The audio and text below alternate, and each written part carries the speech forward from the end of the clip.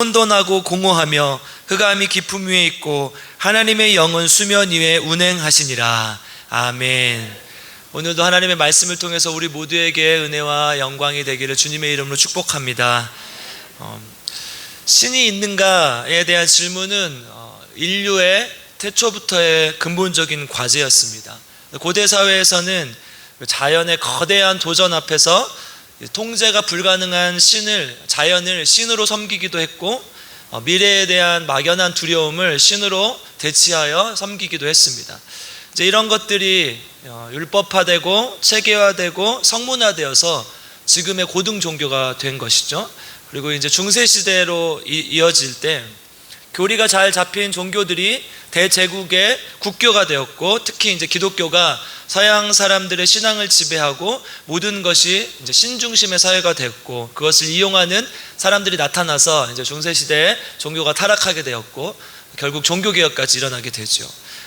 종교개혁 이후 르네상스 시대 때는 이제 근대로 오면서 신중심의 사회에서 인간 중심으로 이제 사상의 이런 것들을 옮기게 되죠. 그래서 인문주의, 이른바 인문주의가 나타나게 되고, 과학기술이 동시에 발전하면서 사회가 엄청나게 변화를 거칩니다. 그리고 사람들의 생각도 그만큼 많이 빠른 시간 내에 변하게 되죠. 현대사회는 그런 흐름 속에서 두 차례 참혹한 세계대전을 겪게 되죠. 이제 과학기술이 발전하고 인간이 모든 것을 할 수 있다는, 그리고 그 인간의 욕심이 빚어낸 결과물들이겠죠. 그래서 인간성을 상실한 범죄들, 또 거대한 지진과 기근, 이런 자연재해들 앞에서 수많은 사상가들이 나타납니다. 그때 이제 많이 등장했던 사람들이 이제 현대 사상가들, 철학자들이었죠. 특히 이제 우리가 잘 아는 니체는 신은 죽었다, 하나님의 존재를 부정하게 되죠.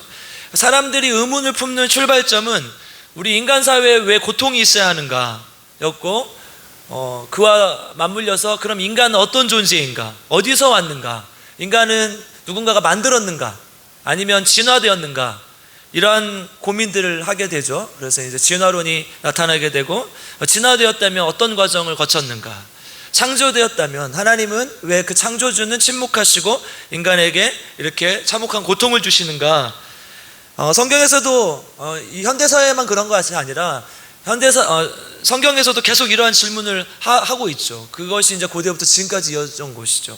시편 83편 1절에 이런 말씀이 있습니다.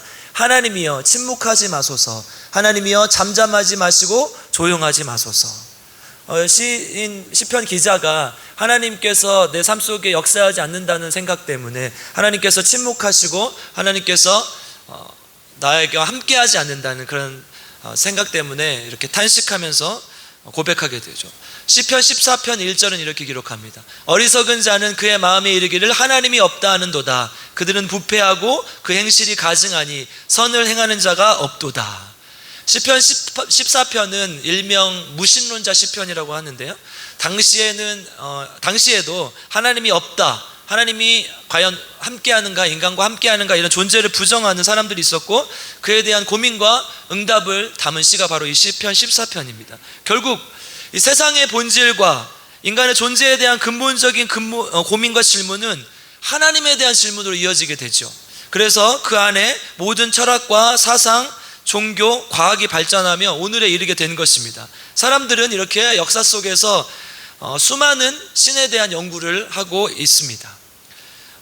조금 더 본질적으로 얘기를 해보면, 하나님의 존재를 부정하는 이론들과 하나님을 증명하는, 하나님이 살아계신다라는 걸 증명하는 이론들이 이렇게 팽팽하게 맞서는 것을 우리가 역사 속에서 볼 수 있습니다. 먼저 하나님의 존재를 부인한 이론을 좀 살펴보면요, 무신론이라고 하죠. 우리가 몇 가지 무신론이 있는데요, 이론적 무신론이 있습니다. 이론적 무신론이라는 것은 그러니까 지성적으로, 이성적으로 하나님이 안 계시다는 것을 논증하고 증명하는 거죠. 합리적 논증에 의해서 하나님이 없다고 주장하는 거예요.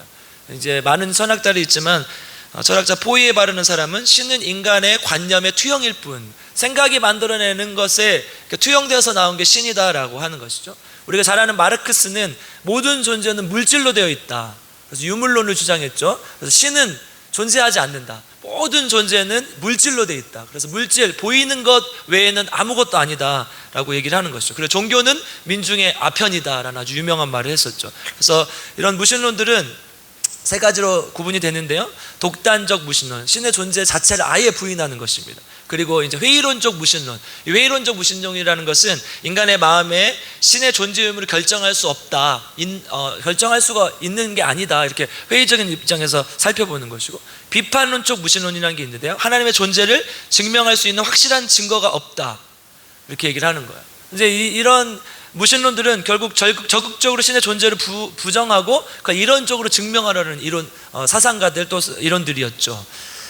두 번째 무신론은요, 하나님의 존재가 없다고 생각하는 사람들의 말은요, 불가지론이라는 거예요. 불가지론은 아니 불자에다 가능하다. 그래서 불가능하다는 거죠. 지는 알지자예요. 아는 것이 불가능하다는 거예요. 그러니까 신의 존재를 증명할 수 없을 뿐만 아니라 객관적으로 신을 인식하는 것 자체가 불가능하다. 아예 알 수 있는 방법이 없다.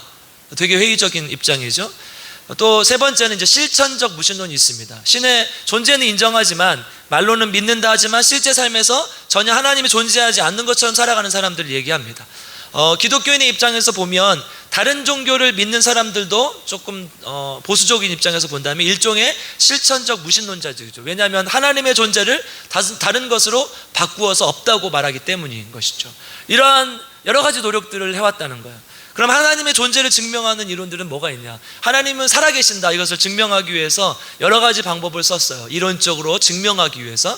첫 번째는 존재론적 접근입니다.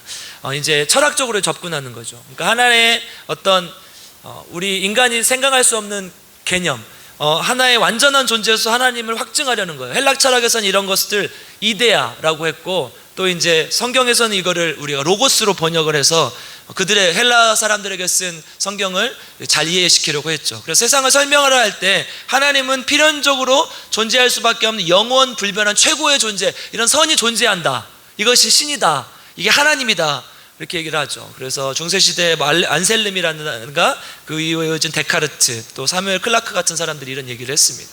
두 번째는 이제 우주론적 접근인데요. 과학적으로 접근하는 거예요. 그러니까 이 땅의 사물이 뭘로 이루어져 있냐, 운동이나 사물의 관계는 항상 인과관계가 있다. 이게 있으면 저게 있고, 이게 나타났기 때문에 저게 나타나는 것이다. 이렇게 해서 가장 작은 단위를 이룬 입자가 우리가 원자라고 밝혀졌죠. 물질의 그 원자에서도 무한히 소급해 올라가면 그 최초의 뭔가 원인, 궁극적인 원인자가 있다. 이게 절대적 하나님이다. 이렇게 얘기를 하는 게 바로 우주론적 접근입니다. 그러니까 이런 방법으로, 과학적 접근으로 이렇게 하나님의 존재를 증명하려는 시도들이 지금도 많이 일어나고 있죠. 세 번째, 목적론적 접근입니다. 목적론적 접근이라는 것은 이제 약간 종교적인 접근, 신학적 접근인데요. 모든 존재를 만드는 것은 반드시 목적이 있다. 세상의 목적을 부여한 이성적 존재가 바로 하나님이다. 하나님은 인간과 교제하기 위해서 이 땅을 만드셨고, 이런 목적이 있다는 거예요. 반대가 되는 것이 진화론이죠. 진화론은 우연에 의해서, 저절로 시간이 오래 지나면 저절로 질서를 잡고, 또 먼지에 어떤 에너지가 가해지면 이 물질이 되고, 또 그것이 발전하면 또 생물이 된다. 이런 우연과 시간에 맡기는 것이죠. 그런데 하나님은 반대로 하나님은 어떤 목적에 의해서, 신은 목적에 의해서 인간을 만드셨다는 거죠. 네 번째는 도덕적 접근이 있습니다. 이제 이것은 윤리적 실천적 접근인데요. 인간의 어떤 순수한 이성은 본래적 한계 때문에 신적인 존재 유무, 하나님의 존재 유무를 알 수도 없고 증명할 수 없지만, 삶 속에서의 실천 이성은 인간의 선한 행복과 양심을 위해서 반드시 그 신적인 존재가 필요하다. 그래서 하나님이 존재한다라는 것을 얘기하는 것이죠. 또 마지막으로 종교사학적 접근이 있습니다. 이것은 역사적 접근인데요. 인류의 모든 시대, 모든 문화권을 뛰어넘어서 옛날부터 지금까지 신적 존재에 대한 예배 행위를 인간이 모두 하고 살았다. 그래서 이런 경험적 사실이 하나님이 있다는 것을 증명하고 있다. 이렇게 얘기를 하는 것이죠. 결론은 제가 조금 어려운 5가지 접근법을 말씀드렸는데요. 이 결론은 현대인들이 합리적이고 논리적인 증거로 이 하나님의 존재를 증명하려 한다는 거예요. 이런 노력이 역사에서 계속해서 반복되어 왔습니다. 그런데 완벽한 이론은 없어요. 방금도 말씀드렸듯이 이 하나가 모든 것을 설명할 수 있다거나 하는 게 아니에요. 왜냐하면 만약에 완벽한 이론이 존재한다면 하나님의 존재, 어떤 하나님의 역사하심, 기적, 이러한 논리들을 다 식으로 쓸 수 있어야 돼요. 예를 들어서 우리 운동 에너지는 위치 에너지는 9.8 mH 이렇게 쓰잖아요. 높이와 또 질량을 곱해서 9.8이라는 중력 그 상수를 곱해서 나타나는데, 그리고 운동 에너지는 2분의 1 mv 제곱 이런 식을 만들어낸다는 거예요. 이런 식이 성립할 수 있어야, 그래서 밝혀낼 수 있어야 완벽하게 이성적으로 이해가 가능한데 그렇지 못하다는 거예요. 그러니까 하나님의 존재는 그 어떤 것으로도 사실은 규정할 수 없죠. 하나님의 존재는 어떤 말로도 나타낼 수가 없어요. 그래서 출애굽기 3장 14절에서 이렇게 말씀하시죠. 출애굽기 3장 14절 이렇게 말합니다.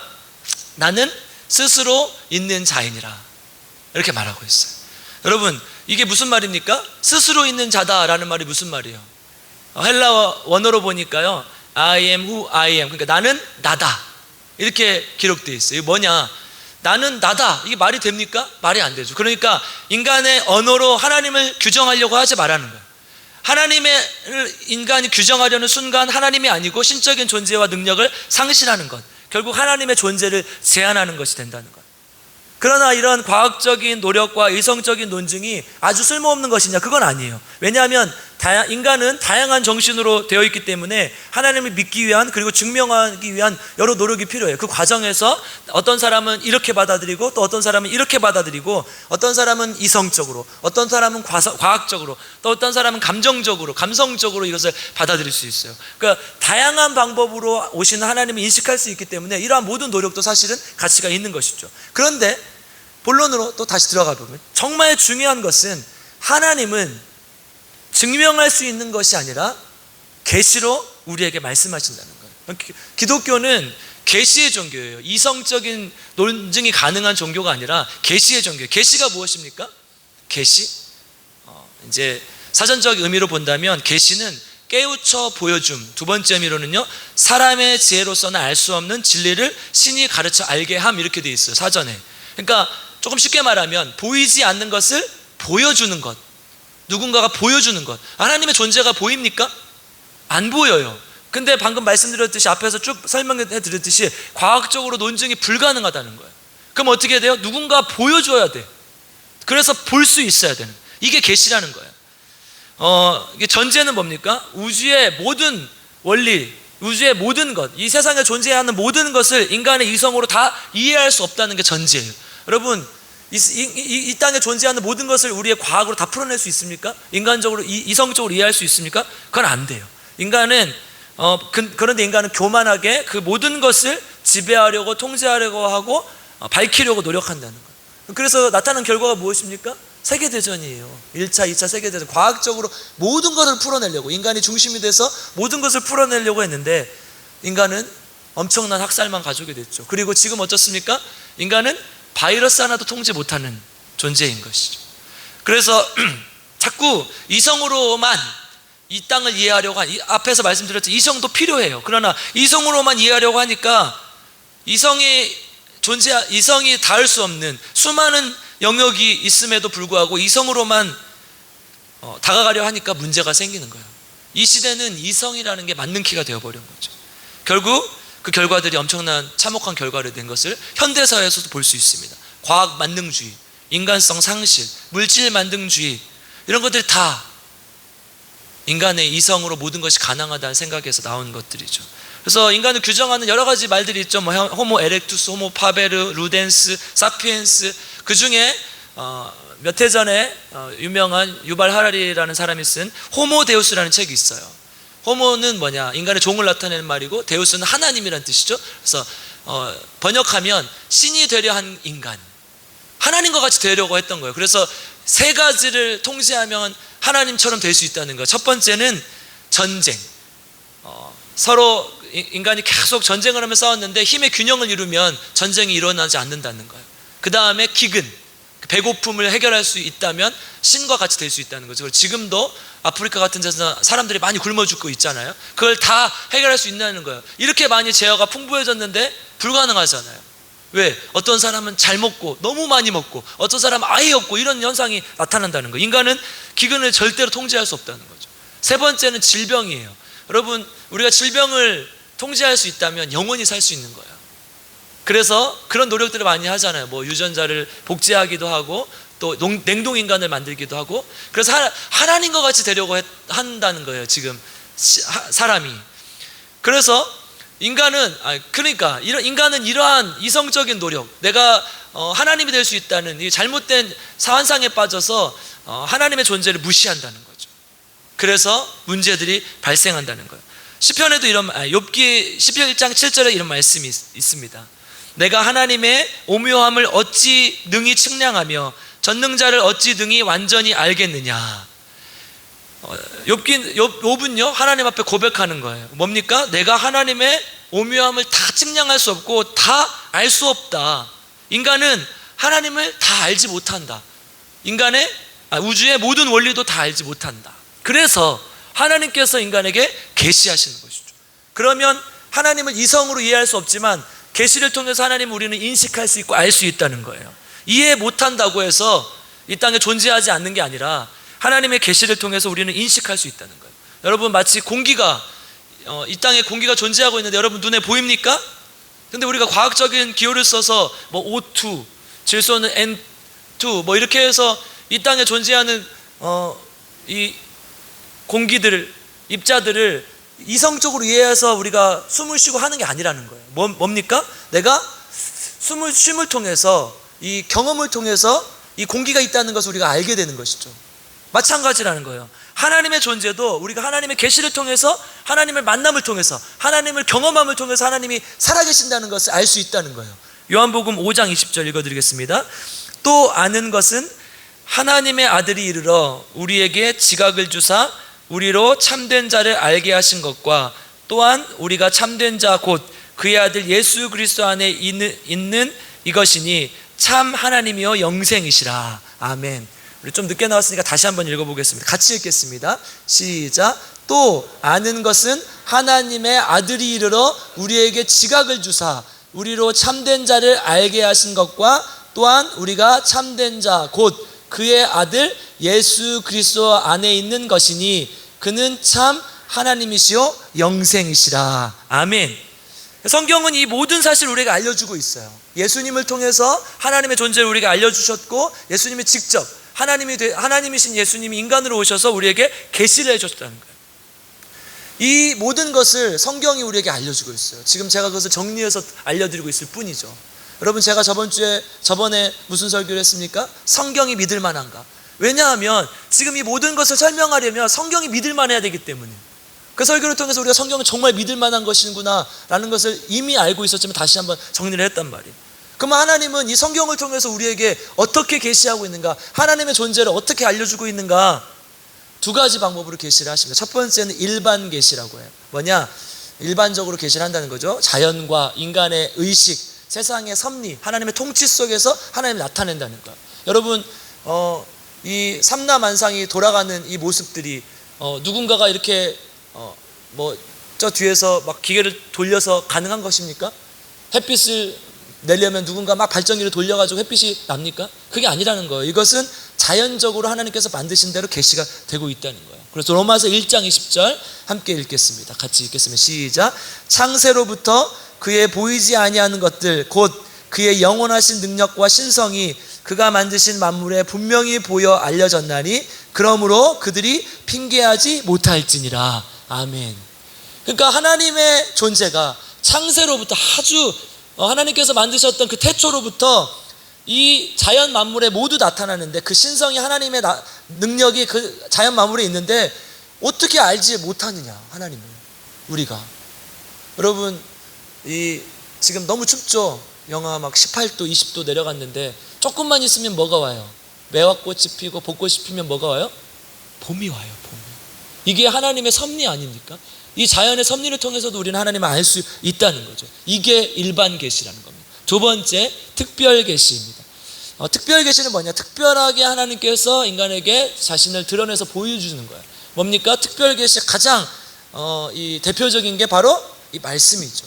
하나님의 말씀을 통해서 성경 안에 나타난 지식이 있어요. 이걸 통해서 우리가 하나님을 알 수 있죠. 이 성경, 제가 계속해서 이 성경 구절을 근거로 들잖아요. 왜 그래요? 하나님께서 이것을 통해서 우리에게 나타내 보여주고 있으니까, 특별하게 나타내 보여주고 있으니까. 그래서 성경은 하나님의 계시를 나타냅니다. 어떤 계시를 나타내냐, 특별히 더 어떤 계시를 나타내냐, 이 성경이 말하고 있는 것, 구약에서는 오실 예수 그리스도에서 얘기하고 있고, 신약에서는 오신 예수님, 그리고 앞으로 다시 오실 예수님에 대해서 얘기합니다. 그러니까 이 성경이 또한 계시하고 있는 것은 바로 예수 그리스도예요. 우리에게 특별히, 정말 특별히 계시된 그 하나님은 뭐냐? 예수 그리스도예요. 하나님의 특별하고도 완벽한 계시, 하나님, 우리가 보이지 않는 하늘의 세계에 계신 하나님께서 이 땅에 오신 그 사건이 바로 성육신, 예수님이 이 땅에 오신 사건 아닙니까? 그러니까 예수님을 통해서 하나님은 특별하게 우리에게 보여주고 있고 계시를 한다는 거예요. 요한복음 17장 23절 한번 읽어보겠습니다. 같이 읽겠습니다. 시작. 곧 내가 그들 안에 있고 아버지께서 내 안에 계시어 그들로 온전함을 이루어 하나가 되게 하려 함은 아버지께서 나를 보내신 것과 또 나를 사랑하심 같이 그들도 사랑하신 것을 세상으로 알게 하려 함이로소이다. 아멘. 예수님께서 하나님께서 예수님을 이 땅에 보내신 이유는 세상이 이 땅을, 하나님을 알게 하기 위해서, 하나님이 너무 인간을 사랑하셔서 인간을 구원하기 위해서 이 땅에 보내주셨다, 그 하나님을 보여주기 위해서 이 땅에 예수 그리스도를 보내주셨다는 것을 우리에게 알게 하기 위해서 예수님을 보내주셨다는 것을 얘기하고 있는 거죠. 이게 특별 계시라는 거예요. 여러분, 우리는 그러면 어떻게 해야 돼요? 그 계시를 받아야죠. 그 계시를 봐야죠. 누려야죠. 그럼 하나님, 성경이 계시하는 하나님은 어떤 모습으로 있는가? 하나님은 어떤 모습인가? 성경이 계시하는 하나님은 어떤 모습인가? 첫 번째 하나님의 존재의 모습은 초월적이라는 거예요. 초월적이라는 것은 뭡니까? 인간과 다르다는 거예요. 인간은 한계가 있고 유한하죠. 여러분, 우리의 돈도 마찬가지지만 다 한계가 있죠. 힘도 능력도 한계가 있어요. 화무 11호이라는 말이 무슨 말입니까? 꽃은 열흘밖에 가지 않는다. 권불 10년, 권력도 10년밖에 안 간다. 뭡니까? 한계가 있다는 거예요. 인간은 유한하다는 거예요. 그런데 하나님은 영원하시고 인간과 다른 영계에 계시고, 그리고 전능하신 창조주라는 것을 얘기해요. 디모데전서 6장 16절 한번 읽어보겠습니다. 시작. 오직 그에게만 죽지 아니함이 있고 가까이 가지 못할 빛에 거하시고 어떤 사람도 보지 못하였고 또 볼 수 없는 이시니 그에게 존귀와 영원한 권능을 돌릴지어다. 아멘. 하나님은 이런 분이라는 거예요. 하나님은 죽지 아니하시고 가까이 가지 못할 빛에 거하시고 사람이 볼 수 없고 존귀와 영원한 권능을 가진 영적인 존재라는 거예요. 여러분, 오늘 본문에서 이게 가장 잘 나타나 있죠. 그래서 제가 오늘 본문을 선택했는데요, 창세기 1장 1절 우리 함께 읽어보겠습니다. 같이 읽겠습니다. 시작. 태초에 하나님이 천지를 창조하시니라. 아멘.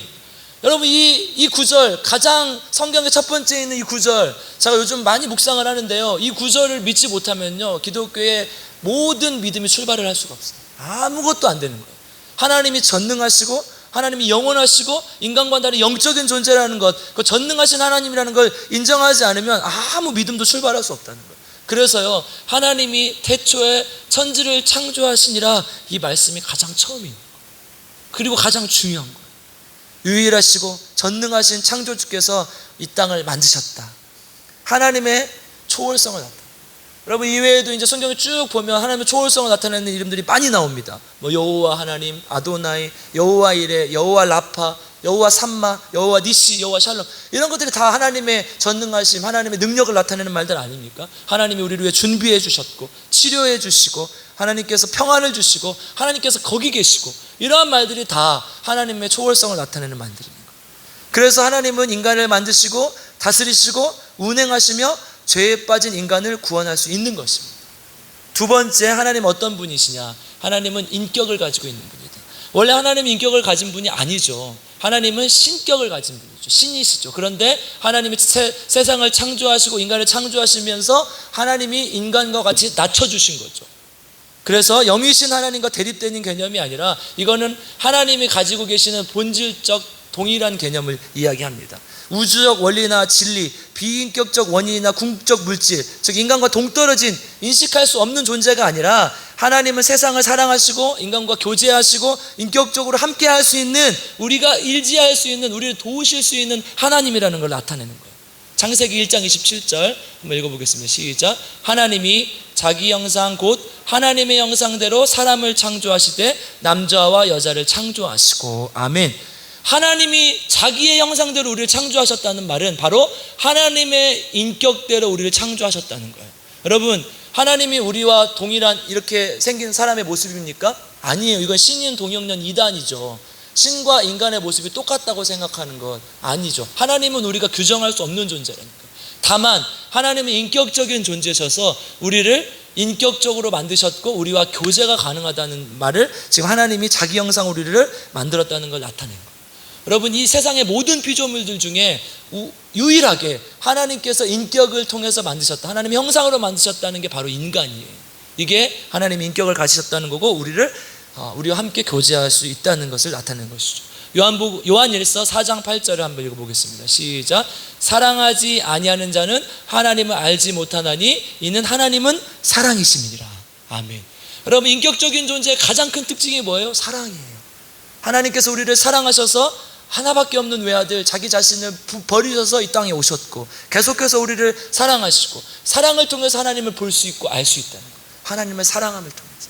이게 하나님께서 인격적이라는 것의 증거입니다. 세 번째, 하나님의 완전성. 이 완전성이라는 것은 이제 피조물과 구별되는 속성이죠. 아까 하나님은 조월성을 가지시고 인격적인 분이시고, 그러면 이제 인간이 잘못 생각할 수가 있죠. 하나님 우리와 같은 존재인가? 그렇지 않죠. 하나님은 완전한 존재인가? 인격을 가졌지만 그 어떤 것에도 제한이 없으며 완전하게 선하시고 완벽한 분이라는 거예요. 이게 하나님의 완전성이라는 거예요. 사무엘하 22장 26절 한번 읽어보겠습니다. 시작. 자비한 자에게는 주의 자비하심을 나타내시며 완전한 자에게는 주의 완전하심을 보이시며. 아멘. 하나님의 완전하심을 우리에게도 나타내시고 우리도 그렇게 되기를 원한다고 하나님께서 말씀하고 있는 것이죠. 아멘. 조금 어려웠죠? 근데 이제 다 잊어버리셔도 돼요. 제가 일부러 조금 그동안 연구되었다는 것, 또 우리가 알아야 될 것들 좀 알려드렸는데요. 잊어버리죠. 지금부터 잘 들으시면 돼요. 지금부터 5분만 잘 들으시면 됩니다. 아멘. 네. 하나님의 계시, 즉 하나님의 나타내심은 결국 우리가 하나님을 안다는 것, 하나님을 인식한다는 것인데, 이것은 결국 이성적인 이해를 넘어서 하나님을 경험한다는 것. 하나님을 경험하는 것. 여러분, 하나님을 이성적으로 아까 완벽하게 이해할 수 있습니까? 없습니까? 앞에서 다 말씀드렸잖아요. 안 돼요. 그럼 어떻게 해요? 하나님을 경험해요. 하나님을 만나야 돼요. 어떻게 하면 만날 수 있냐? 계시를 알아보면 되죠. 우리가 세 가지 방법을 통해서 알 수 있어요. 첫 번째는 계시를 보는 것입니다. 계시를 보고 듣는 거예요. 뭘로 알 수 있어요? 하나님의 말씀.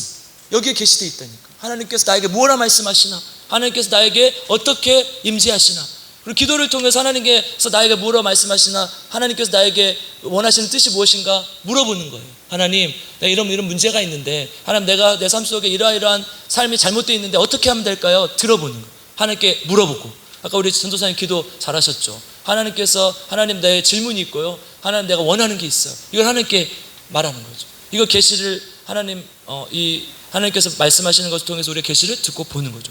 두 번째, 계시를 이제 아는 거예요. 경험하는 거예요. 뭐예요? 5가지 방법이 있습니다. 첫 번째는 방금 말씀드렸듯이 말씀을 통해서 우리에게 말씀하세요. 하나님께서, 내가 성경을 읽는 가운데 딱 감동이 되는 구절이 있죠. 분명히 하나님께서 나에게 주시는 말씀이죠. 기도를 하는데 하나님께서 나에게 말씀하시는 게 있어요. 이거를 우리가 성령의 조명이라고 해요. 여러분, 이거는 좀 구분해야 될 필요가 있는데요. 좀 조심해야 돼요. 기도하는데 내 생각을 막 하나님 앞에 말을 하면서 하나님께서 나한테 이런 말씀을 주셨다 이렇게 말하는 사람들이 가끔 있어요. 뭐냐? 느낌을 신뢰하는 거죠. 느낌이 아니라 뭡니까? 하나님의 성령의 조명을 통해서 진짜 하나님의 뜻이 무엇인지를 아는 게 중요해요. 그래서요, 세 번째, 자기를 인식하는 거예요. 자기를 인식한다는 건 뭐예요? 하나님과 같이 완전하지 못한 존재라는 것, 인간이 죄인이라는 걸 인식하는 거예요. 그래서 성경에서 우리에게 주는 숙제는 뭡니까? 하나님처럼 되지 않는 것, 하나님의 뜻을 아는 것, 나를 내려놓는 것. 그래서 사도 바울이 뭐라고 했습니까? 내가 그리스도와 함께 십자가에 못 박혔나니. 나 자신을, 내 자아를 십자가에 못 박는 거예요. 그래서 내가 죄인이라는 사실을 알고 하나님께서 나에게 알려주시는 것을 듣는 거죠. 네 번째는 섭리를 통해. 섭리는 뭡니까? 하나님께서 어떻게 역사하시는지. 환경과 조건을 통해서 내가 기도하는데 하나님 뜻을 알고 싶습니다 그러는데 나도 모르게 나는 원하지 않았는데 그쪽으로 길이 쫙 열려요.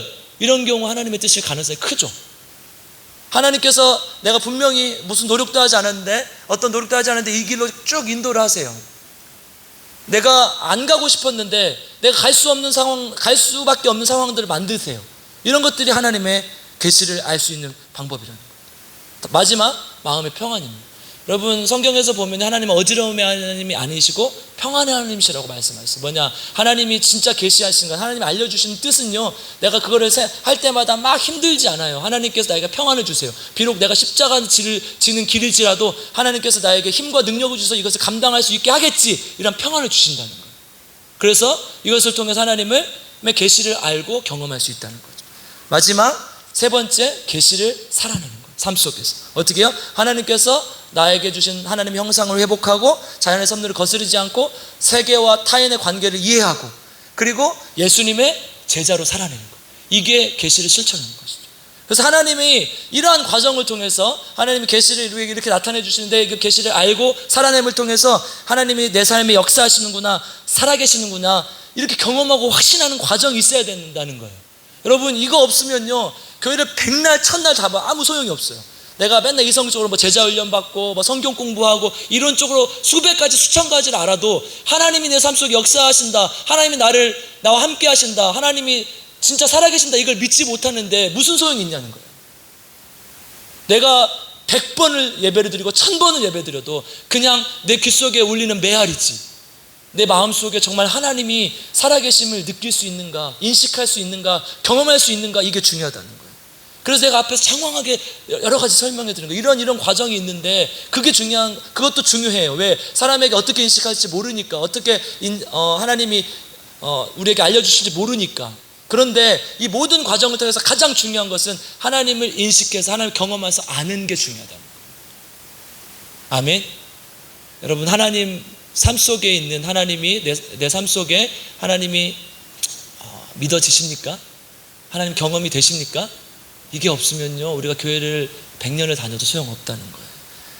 마지막으로 이 하나님의 이 성경의 원리는요, 그동안 여러 가지 과학적인 방법, 여러 가지 들이 있어 왔지만 하나님의 계시는요 어떻게 전달되었냐, 그것을 먼저 경험한 사람들의 증언에 의해서 전달됐어요.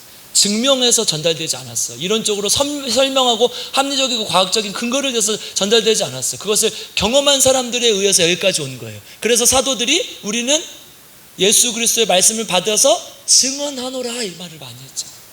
증언한다. 그럼 증언이 뭡니까? 어떤 사람이 그것을 경험해서 그게 맞다고 얘기해 주는 거예요. 특히 법정에서 증언의 효력이 크잖아요. 한 명 아니 2명 이상일 때 그 증언의 효력이 더 크죠. 그런데 중요한 건 뭐예요? 그 증언자가 믿을 만한 사람이어야 돼요. 술에 취해 있거나 정신병에 걸려 있거나 항상 그렇게 잘못된 말을 한다, 말이 앞뒤가 맨날 바뀐다, 이러면 그 증언의 효력이 사라져요. 여러분 기독교가 왜 욕을 먹고 있습니까? 지금 사람들이 이성적으로만 기독교를 논증하려고 하니까, 하나님의 경험과 체험이 없어지고 있으니까, 하나님 진짜 만나고 하나님을 경험해야 되는데 그게 사라지고 있어요. 또 하나는 뭐예요? 증언자들의 삶이 개판이에요. 망가졌어요. 여러분 원래 우리 기독교가 어떻습니까? 기독교가 로마의 기독교가 국교로 공인될 때 어땠습니까? 기독교 아녀자들의 삶이 너무 아름다운 거예요. 그래서 황제들이, 언론에 귀족들이 보니까 이거는 국교로 지정이 될 것 같은 거예요. 그래서 기독교가 국교로 지정된 거예요. 여러분 한국교회에서 기독교들은 어떤 역할을 감당했습니까? 나라를 잃었을 때 독립운동했죠. 그리고 나라에 빚이 많으니까 가락집에서 국제보상운동했죠. 나라가 전쟁이 나니까 참전해서 나라를 위해서 싸웠어요. 나라가 독재자들한테 이렇게 고통당하니까 앞장서서 민주화운동했어요. 이게 기독교의 모습이었다는 거예요. 그런데 왜 기독교가 이렇게 됐습니까? 중세시대 기독교가 왜 그렇게 됐습니까? 기독교를 증언했던 많은 사람들이 타락했기 때문에. 한국교회가 왜 이렇게 많이 타락했습니까?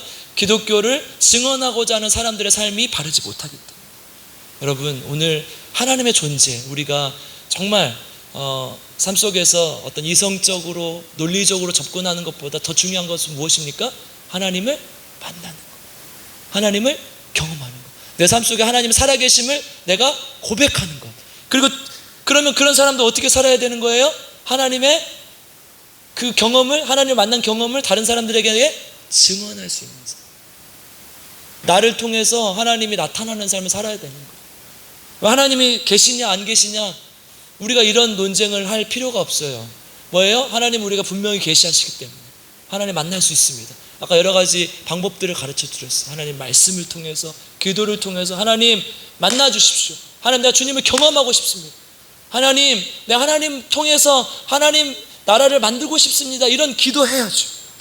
그리고 어떻게 살아야 돼요? 세상 속에서 하나님 모르는 사람처럼 살아가는 게 아니라 내 삶 속에서 하나님을 드러내고 하나님을 증언하는 삶을 살아요. 믿으십니까? 아멘. 여러분 한번 다 고민해 봤으면 좋겠어요. 하나님은 우리 삶 속에 정말 살아계십니다. 그리고 하나님 그 삶을, 하나님을 나타내는 삶을 살 수 있게 도와주십시오. 내 삶을 통해 다른 사람들이 저 사람이라면 하나님 살아계신다 이것을 고백할 수 있고, 저 사람이라면 내가 예수 믿어야 되겠다, 내가 저 사람이라면 내가 교회 가야겠다, 우리 필그림 교회 꼭 다녀야겠다, 이런 고백을 해야 되지 않겠습니까? 하나님 앞에 그러한 신앙인이 되시기를 주님의 이름으로 축복합니다. 아멘. 기도하겠습니다. 하나님 감사합니다. 하나님께서 우리를 사랑하셔서 하나님의 자녀 삼아주시고 이렇게 함께 나와 주님 앞에 예배드리게 하심을 감사드립니다. 우리는 부족하고 연약하여서 하나님이 안 계신다고 생각될 때도 있고, 또한 이성적으로 접근하여서 너무 하나님 이게 말이 됩니까? 이렇게 하나님 앞에 투정 부리고 불평할 때도 있습니다. 그러나 하나님은 정말 수많은 계시를 통해서 우리에게 보여주고 나타내고 있음을 우리가 고백합니다. 하나님 그 하나님을 만날 수 있게 도와주시고 그 하나님을 경험할 수 있게 도와주시옵소서. 거기서 끝이고 끝나는 것이 아니라 그 하나님을 증언하는 삶 살 수 있도록 하나님께서 인도하시고 함께하여 주시옵소서. 하나님의 귀한 은혜에 감사하여 하나님께 귀한 예물을 바칩니다. 이 예물을 통하여서 하나님의 역사가 나타나게 하시고 하나님의 능력이 나타나게 하시고 하나님의 나라가 확장될 수 있도록 주님 인도하여 주시옵소서. 또한 바친 손길 위에 함께 하시고 하나님 하나님께 예물을 드리는 이 사람들이 하나님의 놀라운 축복을 경험하고 하나님의 능력 안에 살아갈 수 있는 귀한 주님의 종들이 될 수 있도록 주님 인도하여 주시옵소서. 감사를 드리며 우리 구주 예수 그리스도의 이름으로 간절히 기도드리옵나이다. 아멘. 찬송가